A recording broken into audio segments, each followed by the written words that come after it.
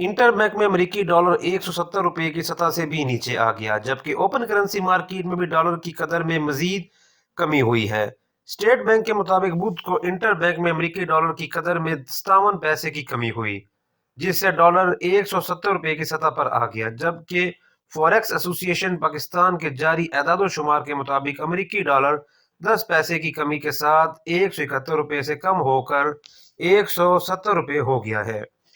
तिजारती और करंट खसारा बढ़ने के बायस अमेरिकी डॉलर के मुकाबले में पाकिस्तानी रुपये को एक हफ्ता कबल तक शदीद दबाव का सामना था, जिसके नतीजे में 26 नवंबर तक डॉलर 176 रुपये की सतह से भी तजावुज कर गया था।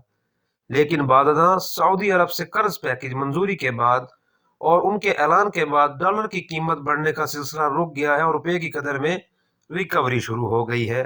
गुज़श्ता 9 रोज में डॉलर की कदर में अब 6 पैसे कमी हुई है। मौशी माहिरीन का कहना है कि गुज़श्ता माह तजारती खसारे में 10% कमी भी आई है, जिसका असर भी देखा जा रहा है। इसके अलावा IMF से भी बातचीत जारी है, जिसमें मुस्बत पेशरफ्त की सूरत में डॉलर की कदर में मजीद कमी होने का इम्कान किया जा रहा है।